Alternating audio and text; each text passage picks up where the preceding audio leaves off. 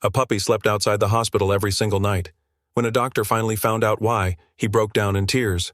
What happens next will leave you speechless. Rain slid off the overhang in thin, cold sheets as doctor. Adrian Rourke pushed through the side door of Helmsworth General Hospital, his shoulders tight from a 14-hour shift. He paused to adjust his coat, already thinking about the long walk to his car, when something small and still on the steps caught his eye. A puppy, golden brown, barely the size of a loaf of bread, curled into a shivering ball against the concrete slab, its fur slicked dark by drizzle. Adrian frowned and crouched, the fluorescent light from the emergency sign bathing his face in a pale glow.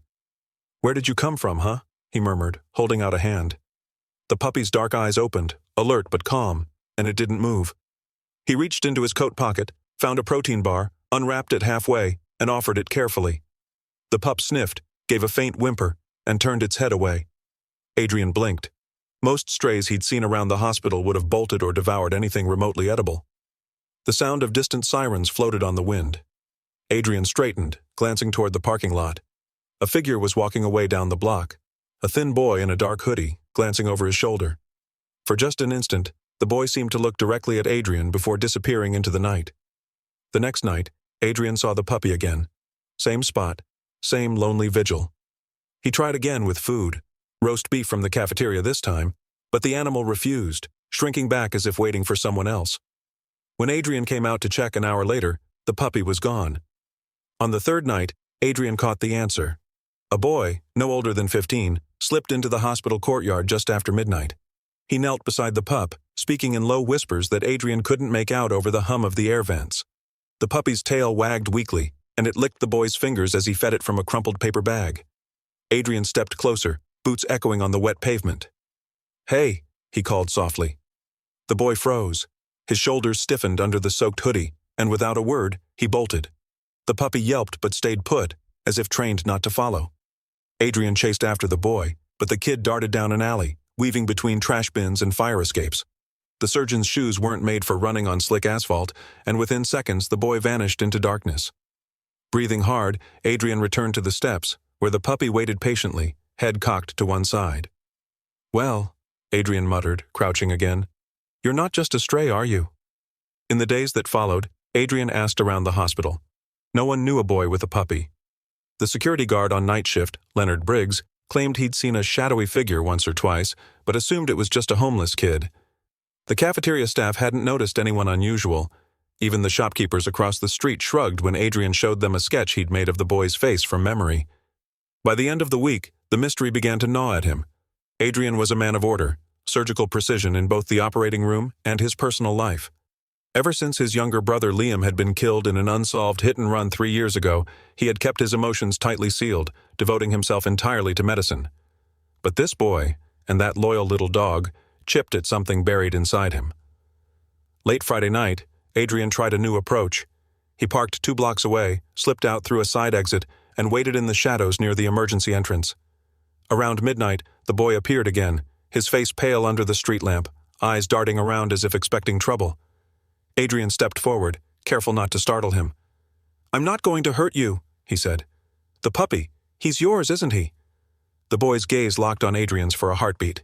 His jaw tightened, but he didn't answer. He set down the paper bag, let the puppy eat, then turned and ran without a word. Adrian swore under his breath and chased again, this time ready for the alley turn. He managed to follow for 2 blocks before the boy disappeared through a gap in a chain-link fence. Adrian pushed after him, tearing his sleeve, but when he emerged on the other side, the narrow street was empty. The only sound was the dripping of rainwater from rusted fire escapes. As Adrian turned back, frustrated, he caught sight of movement across the street. A man standing under a broken street lamp, wearing a long dark coat and a hat pulled low. The stranger wasn't watching the boy. He was watching Adrian. Adrian felt a cold prickle at the base of his neck. "What do you want?" he called. His voice carried down the deserted street. The man didn't answer. He simply turned and walked away, blending into the darkness as though he'd been waiting for this moment. That night, Adrian couldn't sleep. He sat at his kitchen table, coffee growing cold, replaying the events in his mind. Who was the boy? Why did he only trust the puppy? And why would someone be following them, or him? Adrian told himself he was overreacting.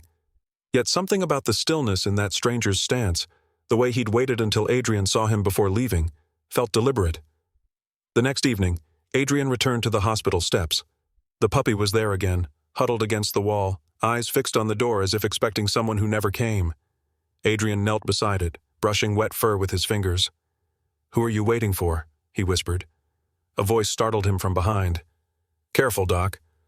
Not every stray's safe to touch. Adrian turned to see Leonard Briggs leaning on his flashlight. The guard's tone was casual, but his eyes flicked toward the darkened street.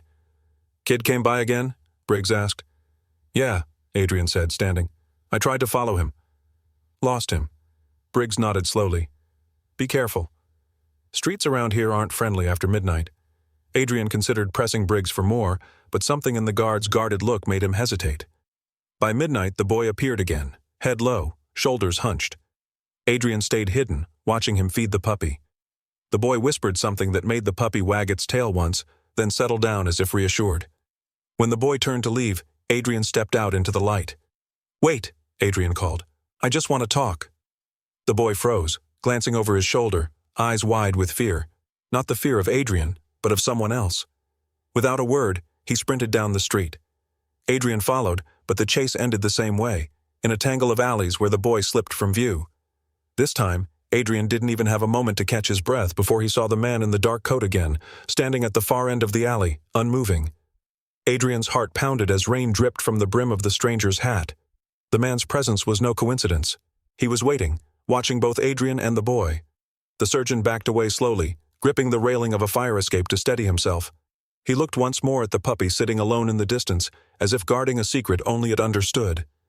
Adrian felt it then, an instinct, sharp and unshakable. This wasn't about a stray dog. Someone was circling the boy like a predator, and Adrian was already in the middle of something he didn't understand. He swallowed hard, rain stinging his face. "What's going on here?" he whispered to himself. Adrian felt a strange pull to protect the boy, though he didn't yet know from what, or why. Adrian caught him by the dumpsters, cornered between a concrete wall and the hospital's loading dock. The boy froze, one hand gripping Scout's collar, his chest rising and falling like he'd just run a mile. "Don't run," Adrian said, his voice low and even, stepping forward with his palms open. The sour smell of disinfectant and rainwater hung heavy in the narrow alley. "I'm not here to hurt you. I just want to talk." The boy's eyes darted toward the gap between two parked delivery vans, measuring his escape. Adrian shifted his weight, blocking the only clear way out. "Please," Adrian added, softer now, "at least tell me your name." The boy hesitated, lips pressed into a thin line. Finally he whispered, "Mason." His voice cracked as if unused to conversation. Adrian nodded slowly. "Mason. Good. I'm Adrian." He crouched slightly so they were at eye level. "This dog, he's yours?" Mason's grip tightened on the puppy. "His name's Scout. He was my dad's." The boy's words carried a quiet weight, and Adrian felt it immediately. "Your dad?" "He died here." Mason's tone hardened, though his eyes glistened. "In this hospital."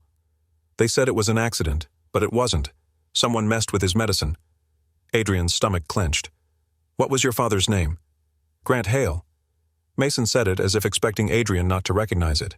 But Adrian did. He remembered the night clearly. Grant Hale had been rushed in after a construction site fall, injuries severe but treatable. And yet he'd slipped away far too quickly, his vitals crashing in a way that didn't make medical sense. Adrian had signed the final chart himself. "I was his surgeon," Adrian said quietly. Mason's eyes narrowed, as if deciding whether to believe him. "I did everything I could. Your father's injuries." He stopped, the memory of that night scraping against his mind like a dull blade. "They shouldn't have killed him that fast." Mason's voice dropped lower. "Scout won't leave this place. He smells him." He knows Adrian's breath caught.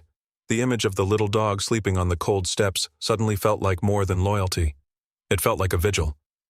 "Why haven't you told anyone?" Adrian asked. "I tried," Mason muttered, glancing around as if expecting someone to be listening. "But people started following me. Men in cars, outside the shelters, at night. Dad left me something before he died." He reached into Scout's collar and pulled out a tiny flash drive, no bigger than a thumbnail. He said, "Keep this safe. Trust no one." Adrian stared at the flash drive, feeling a cold rush of realization. This wasn't just about one patient. Something larger was buried here.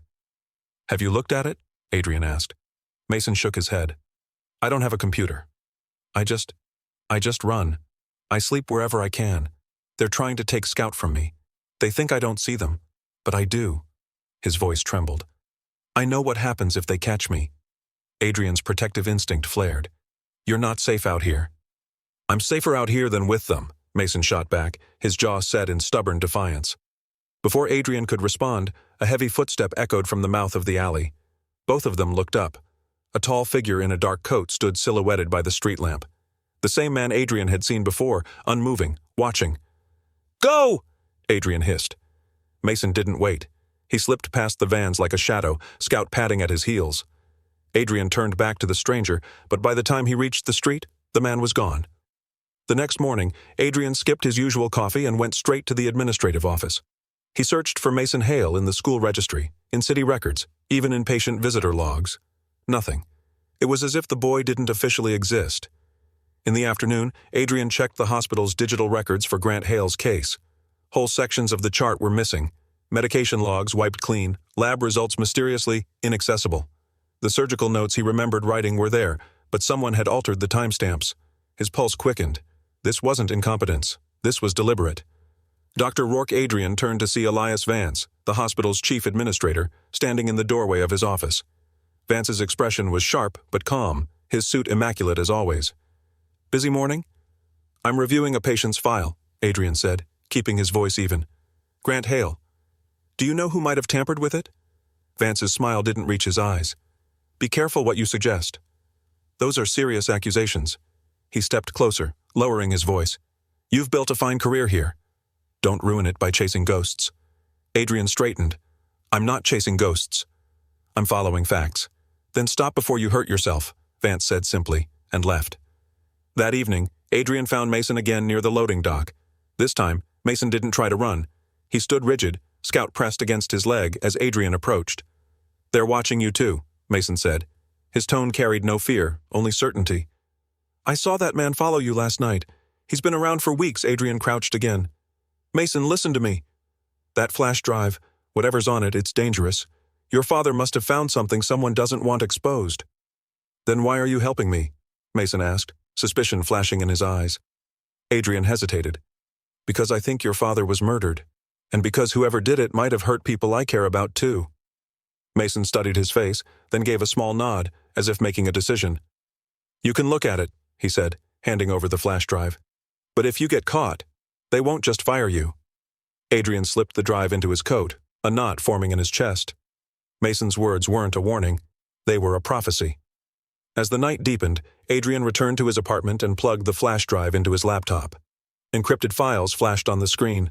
Patient charts, billing records, internal memos. Someone had been recording everything. Someone inside the system. Adrian leaned back, running a hand over his face.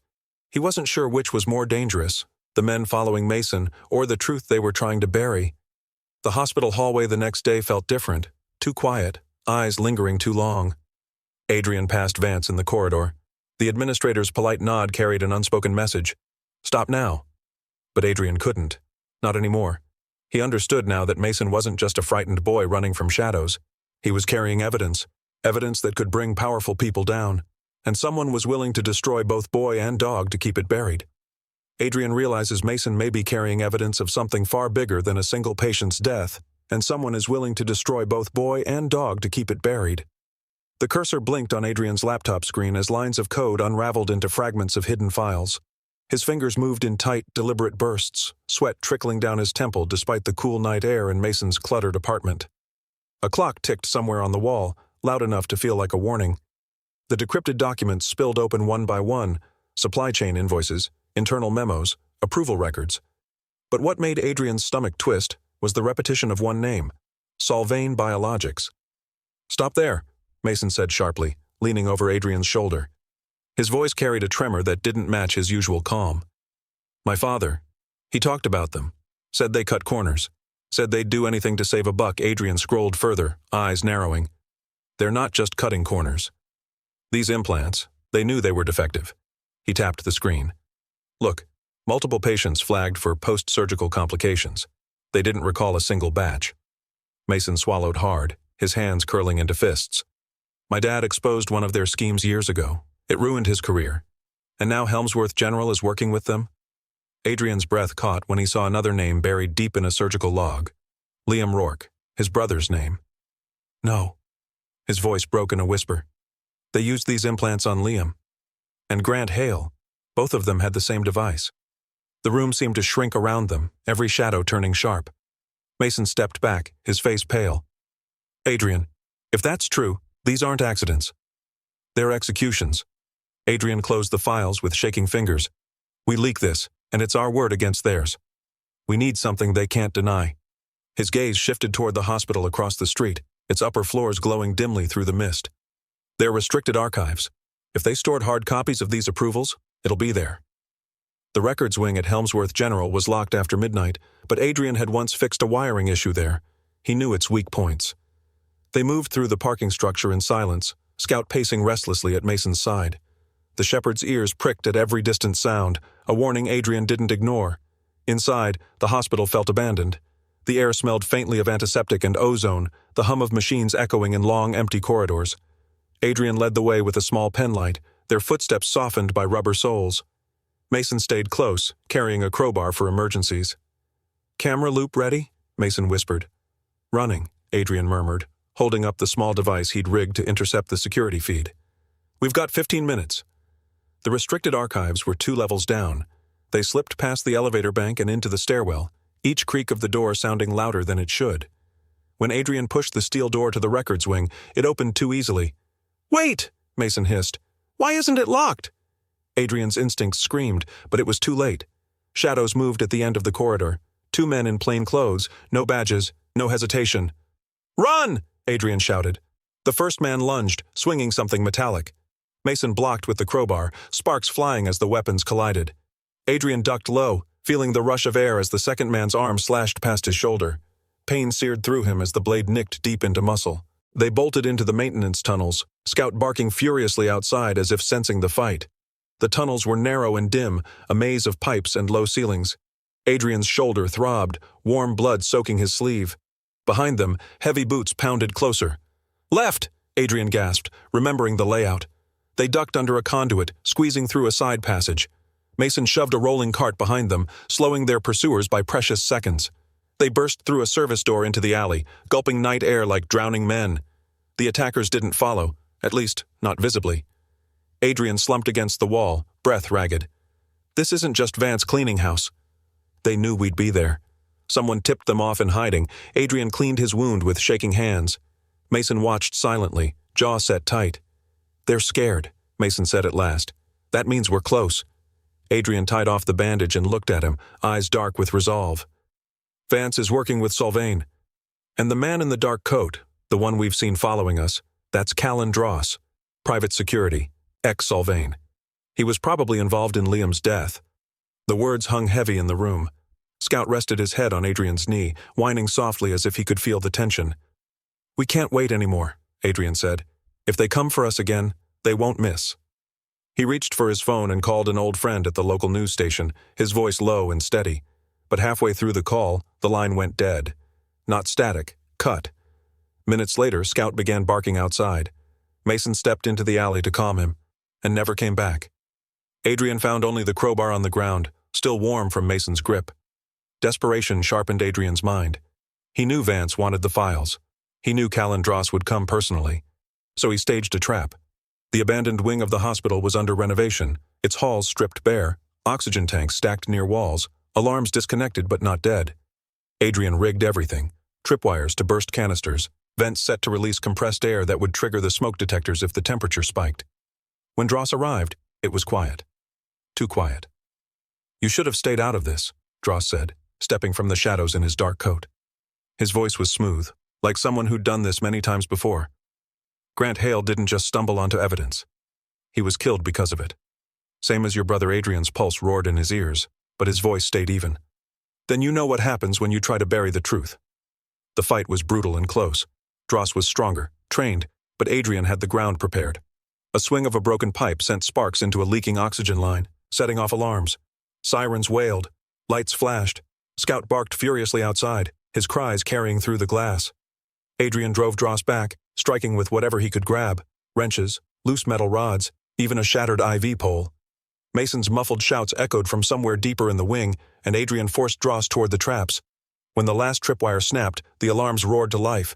Security rushed in as Dross fled into the chaos, but not before dropping a flash drive from his coat pocket, proof of everything. Mason was found tied but alive, Scout guarding him fiercely. As paramedics rushed Adrian toward the ER, blood still dripping from his shoulder, he clutched the flash drive in his hand, knowing it could blow the conspiracy wide open. But Vance was gone, and more dangerous than ever. Federal agents swarmed the courthouse steps, cameras flashing in a storm of questions and shouts as executives from Solvane Biologics were led away in handcuffs. News vans lined the streets, their live broadcasts capturing every tense moment. Inside the marble halls, prosecutors spoke in hurried tones about medical fraud, conspiracy, and patient deaths, their words carried through open doors to waiting reporters. The files Mason had protected were no longer whispers in dark corridors. They were evidence in the light of day. Adrian watched from a hospital television, sitting upright in bed with his arm still bandaged and his shoulders stiff from the knife wound. The fluorescent lights above him hummed, and the antiseptic smell was sharp in his nose. Scout lay curled at his bedside, the loyal shepherd's breathing steady, one paw twitching as if he still guarded Mason in his dreams. "They're really doing it," Mason said quietly from the chair near the window, his voice half in awe, half in disbelief. He hadn't left Adrian's side since the night of the trap, though he bore his own scrapes and bruises. "They're actually going to prison." Adrian glanced at him, weary but firm. "Some of them. Not all." The worst ones always slipped through his gaze, shifted to the screen as Elias Vance's face appeared in a grainy file photo. And he's still out there. Vance had vanished the morning after the raid, slipping past every checkpoint and security camera like smoke. Federal warrants named him a fugitive, but his trail ended at a dockside warehouse with a door swinging in the wind. Days bled into weeks as Adrian recovered. The hospital, once his domain as a surgeon, became a place of confinement. Nurses checked his vitals while Scout padded faithfully beside the bed, never once returning to the cold steps where Mason had first found him. Mason, meanwhile, was placed under his uncle's care until a permanent guardian could be appointed. The boy refused to let Scout out of his sight, his arms wrapped around the shepherd each night as if afraid he'd vanish like his father. "Don't worry," Adrian told him during one late evening visit. "Scout's staying right where he belongs." The boy looked up at him, eyes shadowed but steady. "He's all I have left of Dad." Adrian felt the weight of that truth press into him like a blade. "Then he's staying with us," he said, voice quiet but resolute. The media turned Adrian into an unwilling hero. Articles praised his bravery, calling him the surgeon who risked his life to expose a corporate cover-up. Reporters waited outside his apartment. Cameras followed him to the hospital's doors when he was discharged. Yet each headline only deepened the hollowness in his chest. He wasn't proud, he was haunted. For every executive indicted, there were others still free. For every name in the files, there were patients buried without justice. And Callan Dross was still walking among them, a shadow in a dark coat, his cold warning ringing in Adrian's memory. One gray afternoon, with rain streaking the windows of his apartment, Adrian found a plain envelope waiting at his door. No return address, no postage stamp. He carried it inside, his fingers already tightening with unease. Scout followed him closely, sensing the change in his breathing. Adrian slid it open and froze. Inside was a single photograph, Liam, smiling in a faded image Adrian hadn't seen in years. On the back, in sharp black ink, was a message. "Your brother was the first, not the last. This isn't over." Beneath it, only two initials, CD. Adrian sat heavily at the kitchen table, staring at the photo until his vision blurred. Mason came in from the hallway, still clutching his schoolbooks. "What's wrong?" the boy asked, stopping short at Adrian's expression. Adrian turned the photograph face down and forced his voice to stay calm. "Nothing you need to worry about. Just someone who doesn't know when to quit." Mason frowned, glancing at the envelope. "It's him, isn't it?" The man in the coat, Adrian didn't answer. He didn't have to. Scout let out a low growl, ears pricked toward the door as if he too recognized the unseen threat. That night, Adrian stood at his apartment window, the city lights glittering through the mist. His shoulder still ached, but his hands no longer trembled. The fear that had once driven him was changing, hardening into purpose. He set up a desk in the corner of his living room, arranging medical journals, legal documents, and technical blueprints into neat stacks. He began mapping connections between Solvane, Helmsworth, and the shadow network that shielded them. He trained his body again, the same discipline he'd once given to surgery now devoted to strength and precision. Each early morning run with Scout, each careful exercise with his injured arm, was a silent vow. Mason watched him quietly from the doorway one evening. "You're getting ready for something," the boy said. Adrian met his gaze and gave a faint, tired smile. "I'm just making sure we're safe." But the truth went deeper. Adrian knew the battle wasn't finished. Somewhere out there, Calendros was waiting, and Elias Vance was planning his return. The network that had cost Liam his life still breathed, and Adrian intended to cut off its air supply. Weeks later, Scout slept peacefully on the rug by Adrian's bed, no longer lonely, no longer waiting on the hospital steps for a master who would never come. Mason rested in the next room, his breathing even, the weight of his grief softened by safety and the bond they now shared. Adrian looked at them both and felt something steady settle inside him. Not relief, not victory, but purpose. The letter with Liam's photograph lay hidden in Adrian's desk drawer. He touched it briefly before turning off the light, the faint sound of Scout's breathing grounding him in the quiet. He would not wait for danger to knock on his door again. Scout, once a lonely puppy on hospital steps, now sleeps peacefully inside Adrian's home, no longer waiting for a master to return, because he has found a new family, and Adrian has found a new purpose. Disclaimer: the story you just watched is fictional. It explores themes of loyalty, grief, and the profound unspoken love between humans and animals. This narrative aims to inspire empathy and a deeper appreciation for the deep emotional bonds that can be found in the most unexpected places.